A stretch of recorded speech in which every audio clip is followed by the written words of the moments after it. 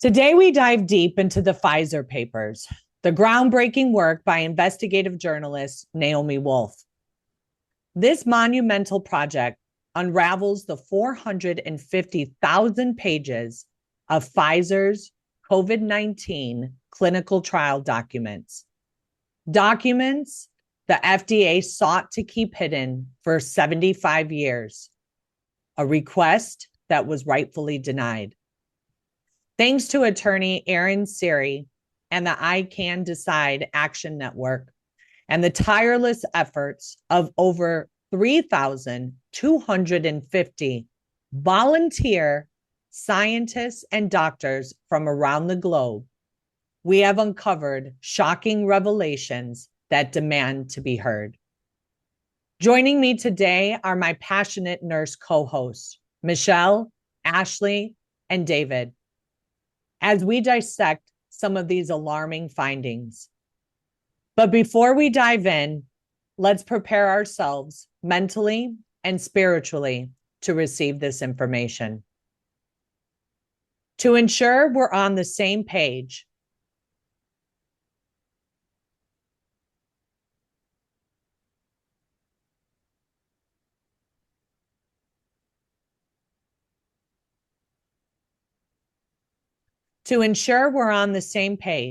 let's outline some basic truths.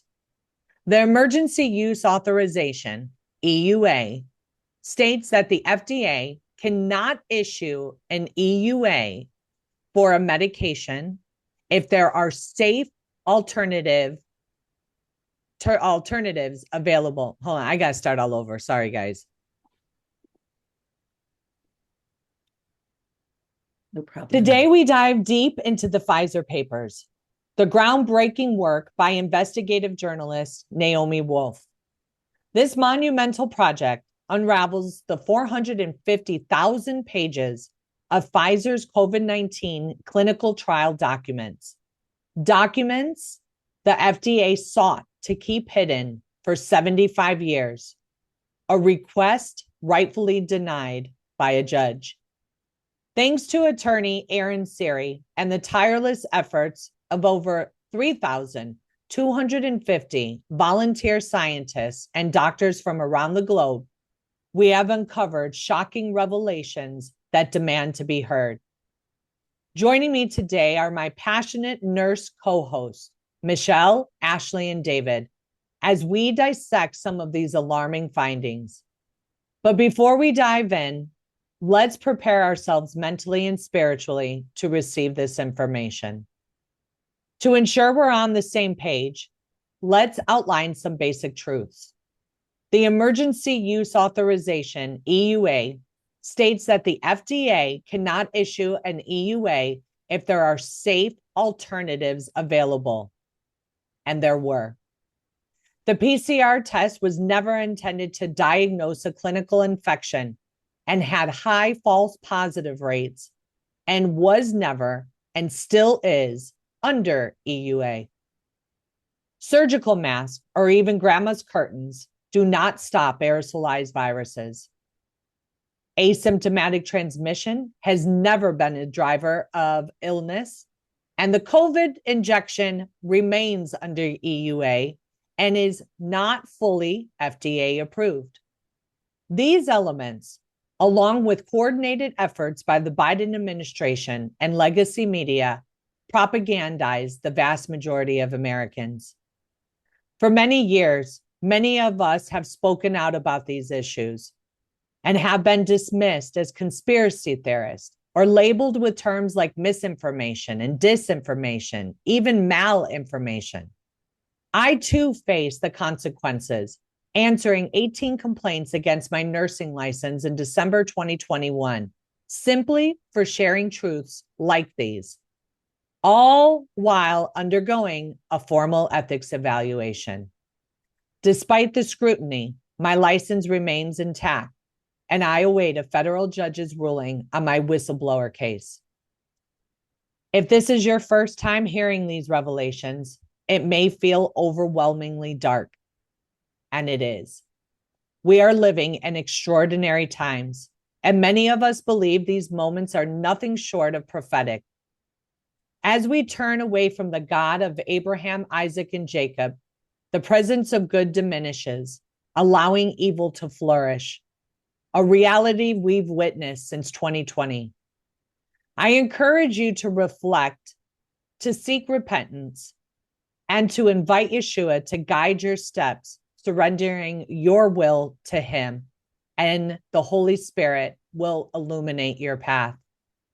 For those of you who are nurses and are interested in being part of a groundbreaking course on ethics and courage, which includes 10 contact hours and in-person live training with me, your host, Nurse Jody O'Malley, email me at jody@jodyomalleyrn.com. That's jodiomalleyrn.com. Or subscribe to my website at jodyomalleyrn.com, and I will be in touch. Now let's uncover the truth behind the Pfizer papers together. One of the most starking revelations, I believe, was Pfizer's language of vaccine failure and failure of efficacy. One of the most common adverse events in the Pfizer documents is COVID-19 disease after so-called vaccination. I'd like to bring in Michele, Nurse Michele. Nurse Michele was a huge advocate of the community standard protocols issued by Michele, the Michele protocol, the FLCCC protocol, Dr. Brownstein's protocols. And she was one of the nurses at the forefront on social media, taking those protocols and deciphering them so that you, the lay person, could understand how to treat yourself should you become infected. Nurse Michele, what do you feel about that? That COVID-19 disease was, I believe it was the top three. So number one complaint was pain at the injection site. Number two was muscle aches. And number three was contracting COVID-19 disease. What do you think about that, Michele? Yeah, it doesn't sound like a vaccine at all. It doesn't sound like something that would be called a vaccine in any definition whatsoever. Everyone who thinks that they believe that vaccines are the best thing sent down from God to save the country and save the world would at least contend that these vaccines are at least expected to keep you from getting what you got the injection for. The majority of people who had childhood vaccines throughout their under 18-year-old life did not come down with measles, mumps, rubella, chicken pox, or whatever else. If it did, it was a rare situation. So they believe that their vaccines actually work for them. But it's amazing how silent those that came after us so aggressively when we were trying to educate people about the vaccines. They were so wanting to call us anti-vaxxers and that we were not knowledgeable of the science. It's amazing how silent they've all become now, and how silent actually our politicians are as well on this topic. It's like I want to shake everybody to say the administration that's presently here and running again are the ones who forced this on us and told us that it stopped the disease and that it would never transfer to another person if you got the vaccine, and that you couldn't share it and you were going to save grandma from death by getting the vaccine yourself. It's this present administration that said those things. And the previous administration, also running for president again right now, is silent as well on the carnage that has happened from the vaccine. So it's like both parties that we have to deal with right now aren't appropriately addressing the fact that the entire country has been adversely impacted by this vaccine, and they both had a hand in it. And we want to hear what they have to say about it. I would say the entire world has been affected. In her interview, Dr. Naomi Wolf on the highwire.com with Del Bigtree, she goes on to say that there has been more carnage and more death than even the Nazi Germany, Hitler era. And I agree with her. For me as a nurse, working in the hospital at the time, I was blown away blown away by how many people did not understand that we were coercing people to undertake an experimental, never before used mRNA technology with an experimental, never before used biologic agent, which we will discuss how that goes throughout the body. But I want to focus first on the mental aspect. And Nurse David Wayne is a psych nurse. So, David, what are your thoughts after what you've heard? Well, I really like the way, first of all, that you kind of laid out, you kind of zoomed out and talked about what happened in court to actually bring these documents to Naomi Wolf. It's really important to understand that it wasn't Pfizer that was saying, no, these documents can't be released. The FDA stood on the side of the courtroom with Pfizer and said, no, you don't have the right to know what's in these documents. And I really think, when you think about how divisive this issue is, we have people right now lining up for shot number 10 who think that we are absolutely wild conspiracy theorists, that we are grossly misinformed. And I would really like to think that some common ground that we might have is that if somebody is going to their doctor and rolling up their sleeve for shot number 10, let's agree that the doctor giving you that shot should be able to know what's in the clinical trial. And this is something that we've seen over and over and over from long before COVID, is that these clinical trials aren't public, that the Mm-hmm. FDA doesn't release them, that our own government promised that Operation Warp Speed was going to be robust and transparent. And what these Pfizer documents reveal is that it was neither of those things. They had to lose a court case for us to be able to see these. And it's the same thing with the Brooke Jackson whistleblower lawsuit regarding the Pfizer clinical trials. It's again, it's not her versus Pfizer. It's the Department of Defense is in court on Pfizer's side saying, no, the public does not have a right to know what we know about these vaccines. And it's so wrong. It's so incomprehensible. I would really like to think that that is some common ground that we have, no matter Mm-hmm. whether or not you think these vaccines are causing a genocide or whether or not you think that they're safe and effective. Can we at least agree that science is foundationally something that can be scrutinized? It's transparent. It's something that should be open to independent review. I think that that's a starting point that we can all aspire to, and that we have to agree we're not at right now.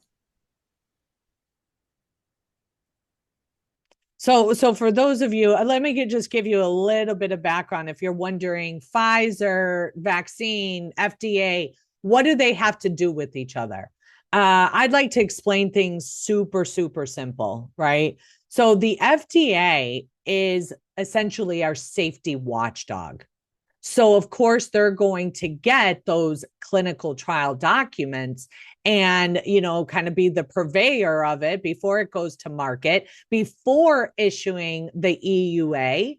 Okay. Because it never would have been able to come to market if the FDA didn't stamp, boom, here's it, EUA, that gives you pretty much license to do whatever you want, essentially. I mean, it's wild to me, how they were just handing out the EUAs, but for medications that had a long safety profile, decades of data, millions of times being used on humans, they wouldn't give that designation to. But let me just rephrase this for you. So here we go. The FDA is our safety watchdog. Okay. The NIH, the National Institutes of Health, is the government research body. The CDC is the outbreak investigation body. Okay. Now, the CDC and the FDA were the named sponsors of this vaccine program. Okay. You understand that? Like, really take a second to digest that. The people that are supposed to be having our back and the government entities, these 3-letter agencies that are supposed to be having our back, they were in cahoots with Pfizer and Big Pharma, right? Pfizer gives a lot of money, guys, to the mainstream media, to legacy media. I know people want us to, not call it mainstream media anymore because it's not really mainstream. We have more people listening to podcasts than we do listening to CNN on a regular basis. But essentially, that's the thing. Ashley, I want to bring you in here and get your take on what you've heard so far. So I'm so frustrated with this whole thing, and I feel like there's so much to unpack, and the more I read it, the more stressed I get. I I've been trying to leaf through this and figure out as much as I can. One of my goals is because I want to help the injured. Like that's something that weighs on my heart. I want to end unnecessary human suffering. That has always been my goal as a nurse. And the FDA, the CDC, all these quote regulatory bodies have failed us so horribly. And one of the things that sticks out in my mind is as I'm reading through these Pfizer documents in Naomi Wolf's book, is that I'm seeing that it's post-market data. If these are supposed to be the clinical trial documents, the information, the testing, the Pfizer vaccine received emergency use authorization on December 11th. You can go to the FDA's website. That's where I found that date. The EUA was given. It was rolled out, I think, around December 14th.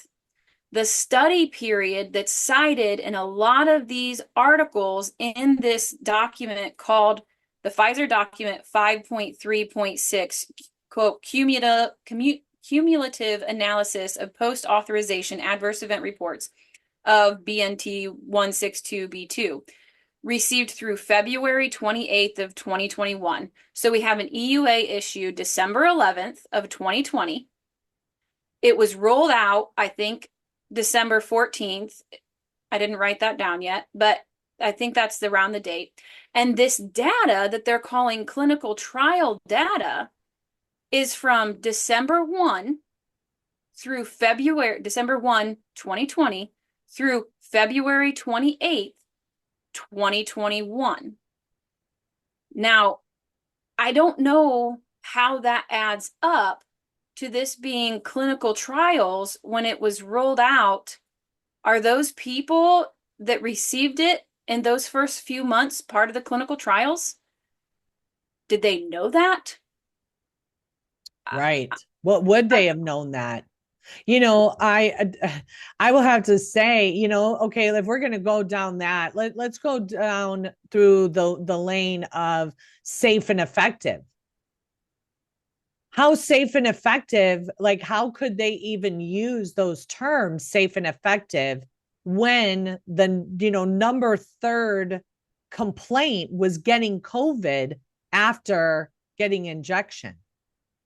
Well, and how did they not start seeing this? And maybe that's why we're getting this data as part of post-market, because it's really easy when you're working with a statistical model, when you're working with population data, it's really easy. And that's another thing. So I'm super anal retentive. I went in because I always try to play devil's advocate. I always try to think like the person I'm going to argue, and this is probably why I was great in speech and debate. But I try to think about their arguments and how they're going to say, no, this is wrong. You're not looking at this from the correct perspective. And it's really easy to hide these numbers in massive numbers of people. And that's what we saw. COVID vaccines were reported, in the number of doses, not the number of people receiving the injection. So if they take, instead of having these smaller population sizes in these test trials and looking at the adverse events and reporting them out prior to issuing an emergency use authorization or EUA, is that how they're hiding a lot of these injuries by surely being able to say, well, there were literally millions and millions of doses given, Right. and we lose that ability to look at it. One of the things that I've been researching lately is the drug approval process for drugs, period, oral pills that we know have a short half-life that wear off, whereas a vaccine, they're working in your body for weeks, stimulating your immune system. And so there is no possible way that we knew the risks. We were seeing that it was ineffective because people were still being hospitalized. They were still dying. Mm-hmm. And now we know that's even worse. So safe and effective has gone out the window, but I think they're following the playbook of the childhood vaccines where they're saying, well, the risk outweighs the benefit for securing the vaccine supply and preventing these illnesses. And then they're going to hide, I think, my opinion, they're going to hide behind, the means justify the end. We can do this because we're so afraid of this illness, and this is the best we've got. So we're going to. Yeah, that's exactly what they did. That's exactly what they did with COVID, right? Like they hyped it up. They hyped it up in 2020, right? By June of 2020, everybody's like virtually in mask. Good. Everything's locked down. People aren't, are working from home or not working. All of those things. We had the summer of the riots. That was okay. But then, and they kept typing it up saying, okay, guys, just hang out a little longer, a little longer. And then, just wait for this vaccine. It's going to come to market. And it did. And nobody was collecting the data. And remember, if you go back to that time, guys, go back to December, January, February, and think about how many people were getting sick from COVID. Okay. But the way that they were able to bury that was those doses, right? It was, you need to take 2 doses 2 weeks apart. So essentially, you are not considered, quote unquote, fully vaccinated until you are a month out of both of your shots. Within that time, we had a very large percentage of people that already had COVID, in the fall, or were sick, that year and a half, 2 years prior to that. Because remember, it came out in the fall of 2019. We just didn't have this BS test, okay, pushing it on people, and creating the high level of false positive rates until I want to say May, June, before it was like kind of widely used, maybe even that summer, if memory serves me correct. Do you guys remember when we were mass testing everybody with the experimental PCR COVID swab?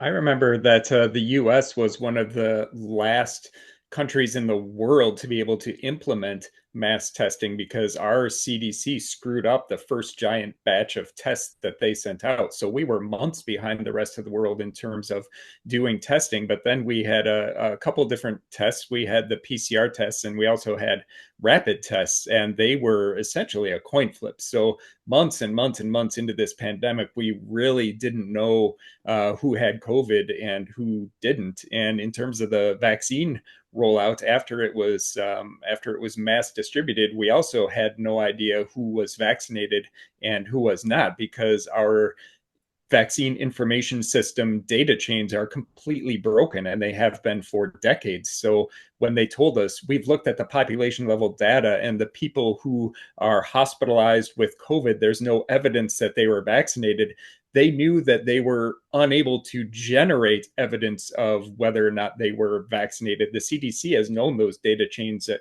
were broken for years and years and years. So they've been spending billions of dollars in improving those data chains. In fact, in 2022, they came out with a report that said, you know what, we've gotten significantly better at spotting breakthrough infections than we were back in 2021 when we said that these were stopping the spread. In fact, now we're seeing millions and millions and millions of breakthrough infections now that we've gotten our databases of people who've had COVID to talk to our databases of people who've been vaccinated. But that that was after mandates. That was after these were approved for 6-month-old babies. That was after these were approved for teenagers. It was after all of that. Yeah. So essentially, David, breakthrough infections. That's it. I couldn't remember the word. And that's another thing, guys. Pay attention to the words they use, because words do matter.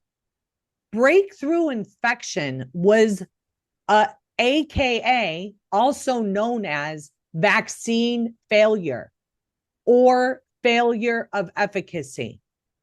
In other words, the vaccine was not working, right? That's what it is. Breakthrough infections means it was not working.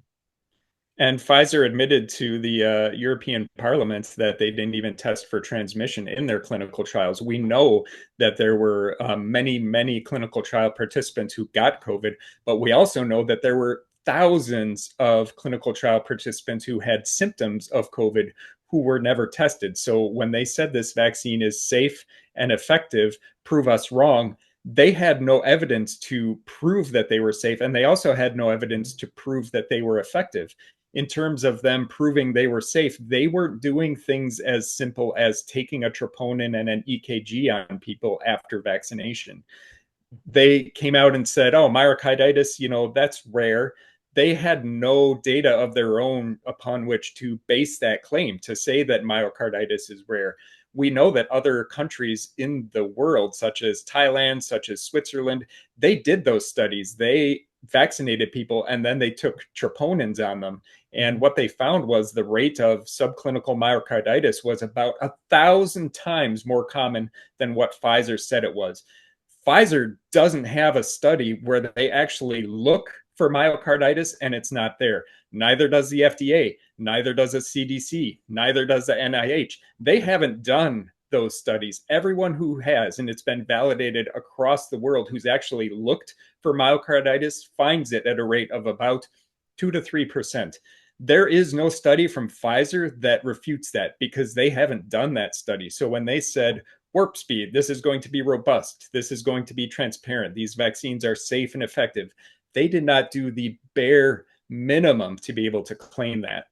That's right. And so what you're talking about, real quick before we close out this first segment, the European Union Parliament, this was in Belgium, October 10th, 2022, gentleman by the name of Rob Roos, R-O-O-S, Dutch member of European Parliament, asked Janine Small, who is the president of International Developed Markets from Pfizer, if it was ever tested to stop transmission and infection.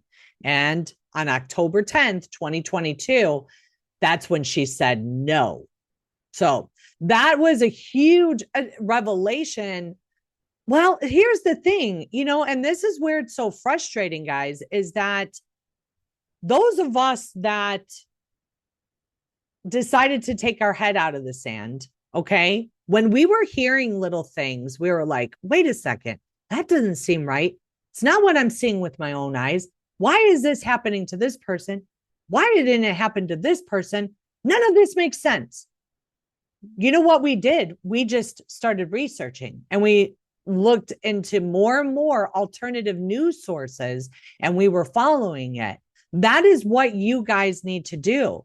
And you need to encourage that of your friends and family, especially coming into the election here on November 5th. I mean, honestly, I think there's so much at stake here. And trust me, I'm not like 100% Mr. Trump train. Okay. I'm not. But I am looking more at what's good and what's evil and what this side represents. The left, the Democrats of 2024, to me represents so much evil. It was them that promulgated all of this, right? That told you that you were going to kill grandma, that told you that you needed to cover up your face and your children's face, that did not educate your children, that coerced you, either your paycheck or your job. I mean, your job or vaccination. by an experimental injection that was never intended to stop transmission or infection. And so many of you guys, like, I know you've tried your best at, many of you, if you're listening to us, but if you're listening to us for the first time, I mean, I really encourage you to share this type of material and investigate what I'm saying, and what we're talking about here today, because there's so much at stake and so much on the line. Our future really depends on it. So, guys, check out americaoutloud.shop and support our family of sponsors. The one that, here on Nurses Out Loud that we absolutely love is Chemical Free Body. And the Green 85 drink is what I would suggest, taking in order to replace some minerals and vitamins that have been depleted from our soil. That is chemicalfreebody.com/out loud. And you can check out exclusive discount only available to America Out Loud Talk Radio listeners. And we will be right back after the break.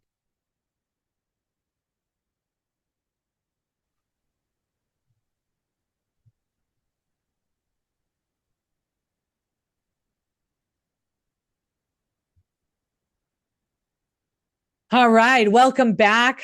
I am Nurse Jody O'Malley, and you are listening to Nurses Out Loud.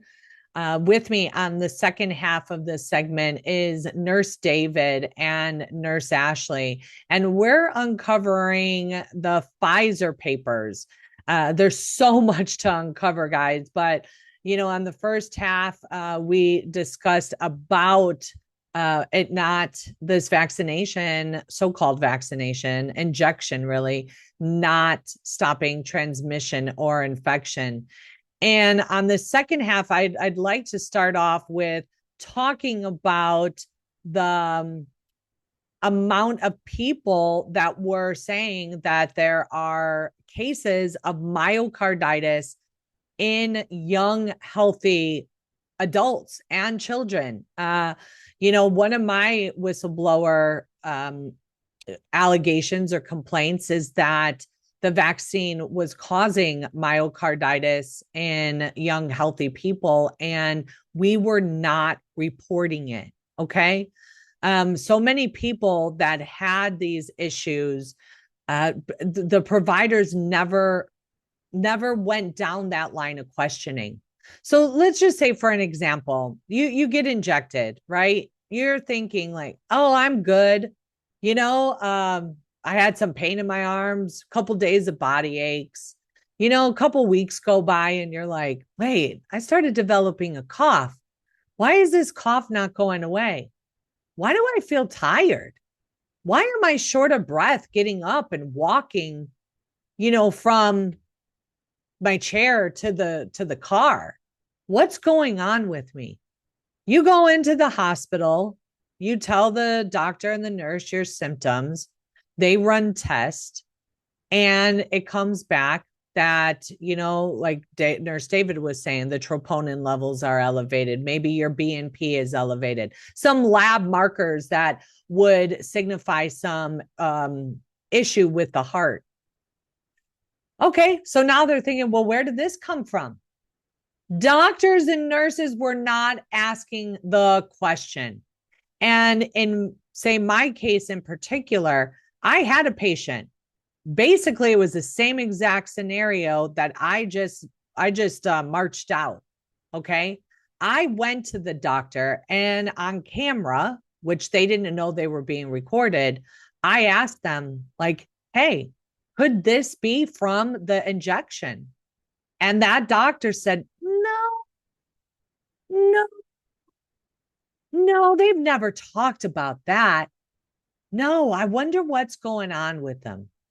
At that time, the other doctor sitting there that had been silent for 15 months, wearing a mask and gloves at the station, stands up and says, they're not doing the studies. They're not, even questioning this vaccine.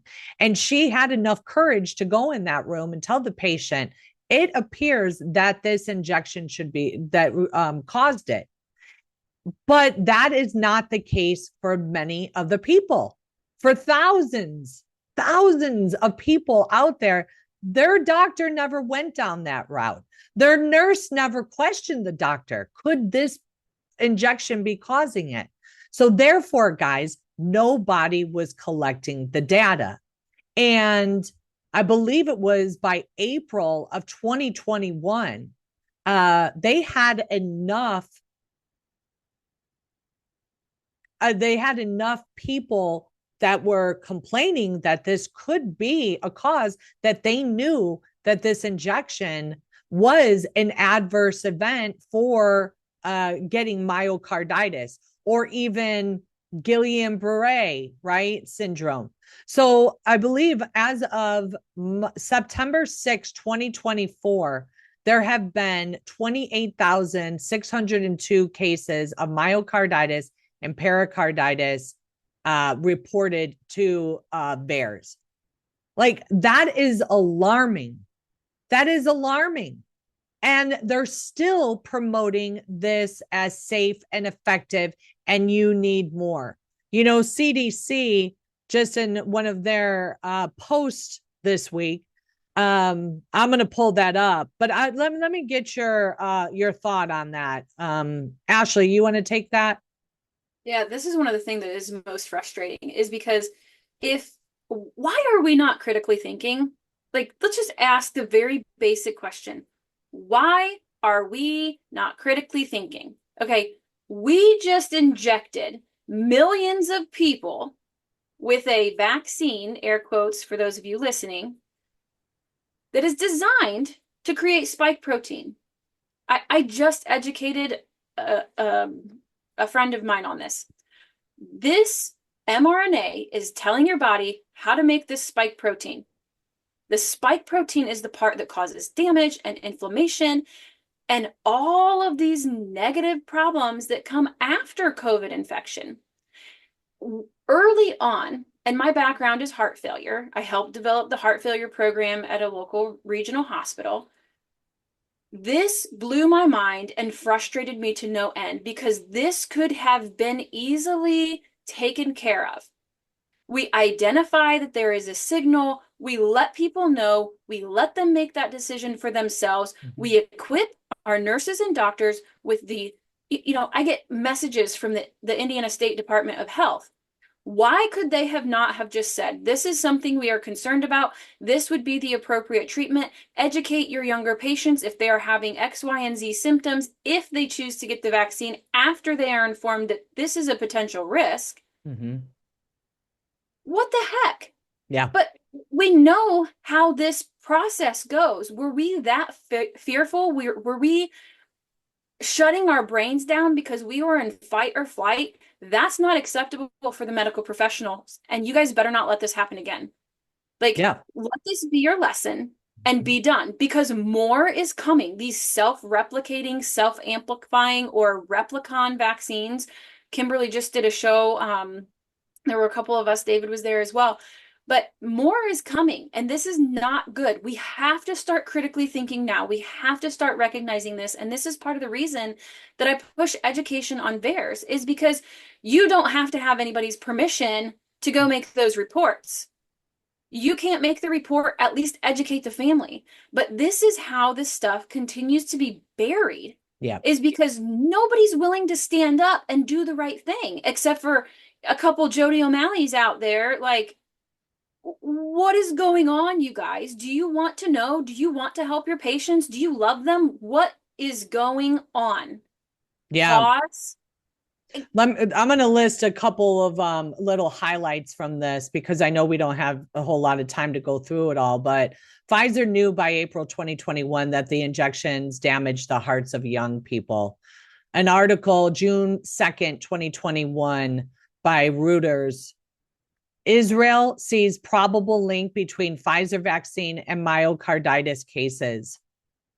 Another one, Dr. Fauci, Dr. Walensky, Dr. Vivek Murthy, the U.S. Surgeon General, and more than a dozen White House staffers were CC'd on emails confirming in February through April 2021 that minors were suffering heart damage from the mRNA COVID injections.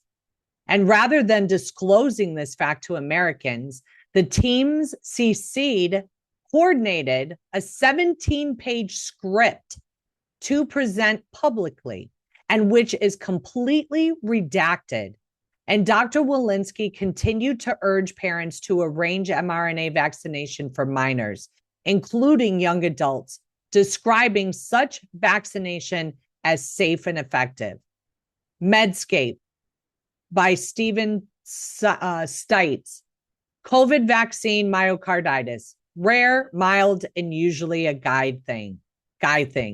He goes on in a little paragraph here, says, the risk of myocarditis after immunization with mRNA-based vaccines against SARS-CoV-2 raised concerns when it came to light early in 2021. Now, at that time, this is a year goes by, guys. They should have stopped it and pulled this from the market, but they did not. And on September 10th, CDC came out with their little marketing campaign saying CDC recommends the 2024-2025 COVID-19 vaccine for everyone 6 months and older, that it protects against variants spreading now and against severe illness, hospitalization, and death. And here's the thing, we're not doing the same protocols that we did in 2020. And what were those protocols? We're treating people again. We're not telling people stay home, wait till you turn blue, and then come see us.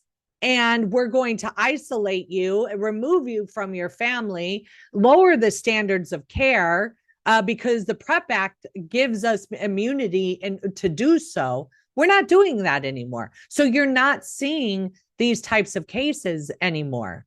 It just... David, do you want to weigh in on that? Yeah, the whole situation is very frustrating. And to the person out there who thinks that that the problem isn't the vaccines and that the vaccines are safe and effective, okay, then how do you explain that excess mortality is higher after the mass vaccine rollout than it was during the height of COVID? The early waves of COVID were the most deadly. And then the vaccines came out, they were given to billions of people. And guess what? More people died then than were dying at the height of COVID pre-vaccines. So if you think we're wrong, fine. What's your theory? What's your theory about what's killing unprecedented numbers of working class people? We have more 18 to 65-year-olds dying than we did during World War II. If it's not the vaccines, okay, fine. What else has changed? What's doing it? I'm open to other theories. I think that obviously, I think the vaccines are playing a part in it. If you don't, fine. What's your theory? Mm-hmm. Yeah. Well, how about this? Let's move on to talk about the fact that talking heads on TV were saying that this injection is like every other, or this quote unquote vaccine is like every other one, that it stays in the muscle. Okay. That's what they were saying. But they knew in their clinical trials that it was going throughout the entire body, that it was going into the ovaries, it was going into the heart, it was going into the lungs, it was going into the brain. We had a lot of people that were, coming out on social media, shaking, having neurologic symptoms, and they were deplatformed. What did our government do? What did Pfizer do? They created campaigns with young influencers to get and celebrities, get your shot. They started dividing us. But there are a lot of people that are injured by this injection, and there is really no recourse for them. Ashley, you want to talk about that a little bit? Because I really do want to give some attention to that. I think one of the biggest things for me is these people are out there, and it's very hard for me. Like, I'm a pretty aggressive person, but I have a big old tender heart in there. And it's very hard for me to watch a lot of these stories because I feel completely helpless. There's nothing that I can do to change that. I don't feel, smart enough. And I think that that is probably, or qualified enough. I think that's probably a running theme in the medical field. Medical professionals are struggling because we kind of know what's happening. And in reading these documents, the Pfizer papers by Naomi Wolf, it's very clear to me where it's just over and over again where the lymphocytes are flooding, the white blood cells, the body's immune system is flooding into these different tissues because that spike protein is being made there. The body is recognizing the threat, and then it's causing this immunological response that's creating issues with demyelination, the removal of, if you think about your plug-in cord that your lights, you break that plastic coating on the light and it can, shoot off a spark or start a fire. And that's what's happening in these people's bodies. Like, Daniel Baker, Angela DeSalle, Sean Skelton, they were some of the first ones to come out and post about this like twitching. And that's what's happening. And their bodies are just attacking themselves because there's all this spike protein, all this inflammation and tearing it down. And I think that's one of the worst things is how do you combat that if, we don't know. And I don't think there's been any studies. Patients are saying that they're still producing spike protein. How do you shut that off? I don't think there's a way to do that. And so they're constantly having immune activation in insane amounts of inflammation and the continued degradation of these tissues. And that's what you see when you're reading these papers is all of these lymphocytes, these white blood cells in there.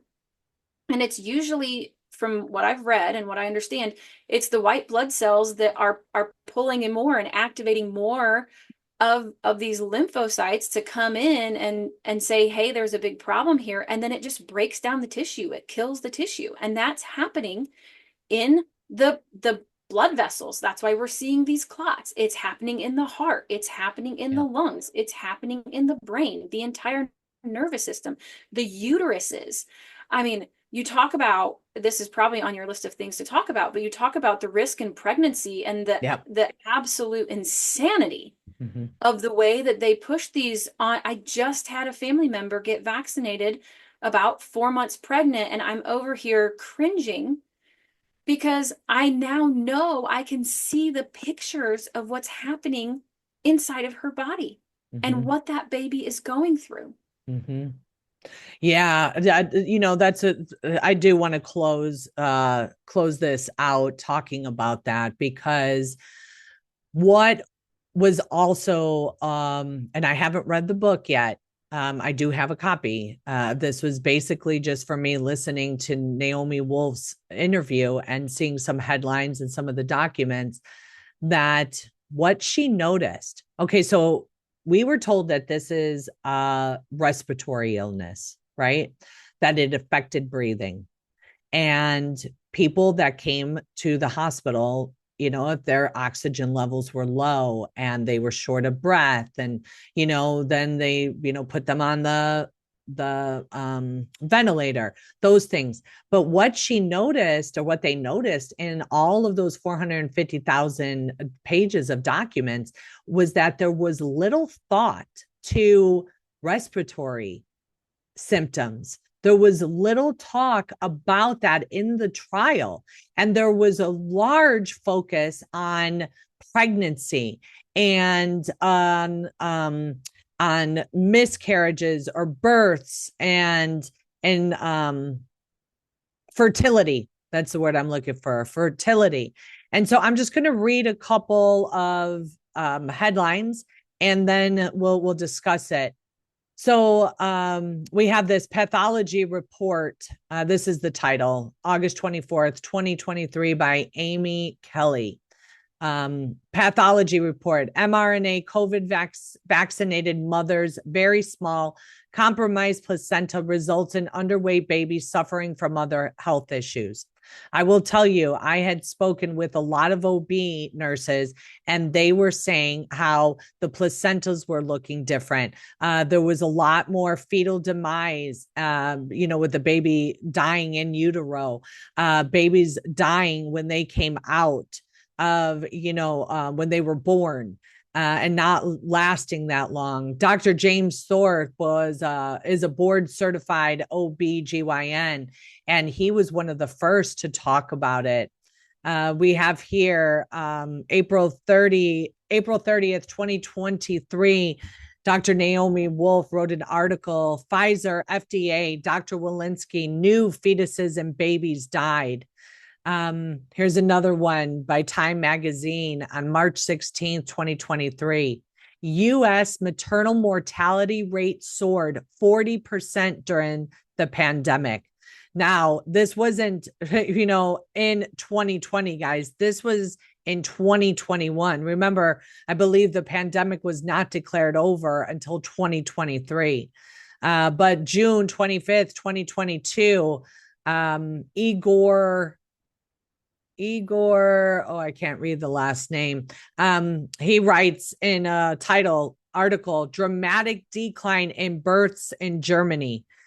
California's birth rate declined 6.4% in June. Like this, they're really saying that what they gathered from this, or how about how many women were bleeding, right? Again, after being in menopause for years, okay?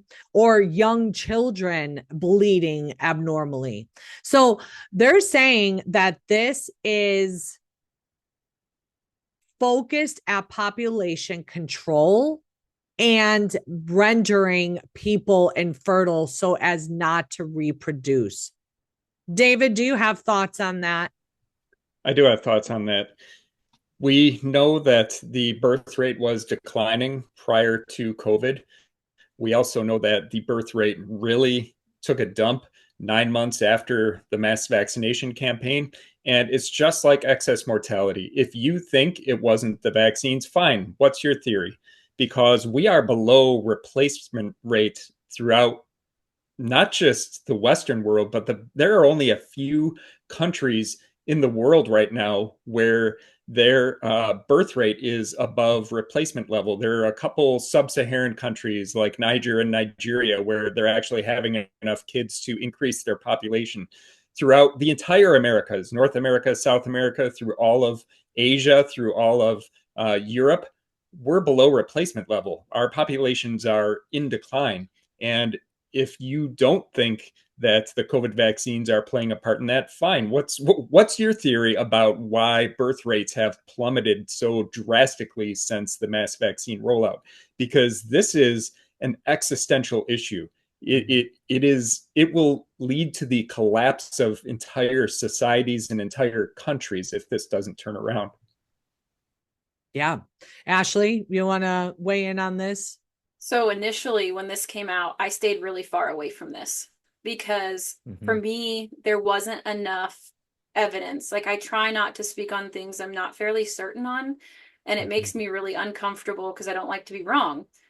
And so I really steered away from this. But after seeing all of the information in this book and the way that it was studied and the damage that has been done, even if it wasn't intentional, whew, they really boogered this up. And it's crazy because you think about this and you think about it in the scheme of world economics, and you think about it as far as, not only have we taken and decimated fertility, but we've taken out the working age men and women. The women seem to have had much higher rates of reactions. Everybody focused on myocarditis, but if you're reading this book, it was really targeted at women. And without women, you can't reproduce. One man can get many women pregnant, or, sperm banks or whatever. But if a woman's uterus cannot carry a viable pregnancy, you aren't going to have a population. So then you start thinking, what's the world going to be like in 10, 15, 20 years, where this population that has become disabled, there's not more people coming up to work in the hospitals to take care of these people. What's that going to do to society? That's right. And couple that with this whole push to accept the transgender. I have a trauma doctor that reached out to me that took pictures of their learning module on how they need to address the transgender population. And it's a whole, every year we have to do all these learning modules, and absolutely just appalled by it. We are sterilizing our children, guys. We have to close out here, and thank you all for your weighing in on this. Certainly there's a lot more to be discussed, and tune in, because we're here 5 days a week, speaking out loud every single day, guys. And all of us really are passionate about people, and we are passionate about doing the right thing and upholding ethics, and honoring the ability to have scientific discourse on things. But ultimately this is a very dark topic, right? And I really do want to encourage you guys to take this in, do some research, let your family and friends know what you've uncovered. But the most important thing, I believe, is really our soul, right? Our soul lives on. We are all one breath away from leaving this world and going on to the other. And for me, Yeshua is my guiding light. And right now we are in the Feast of Tabernacles, which is a holy convocation that God tells us in Leviticus 23 that we are to celebrate for all generations throughout time. Remember, Yeshua came into this world. He says in the scripture that he did not come to abolish the law, but to fulfill it. And I believe that religion throughout the years has really been the work of the enemy.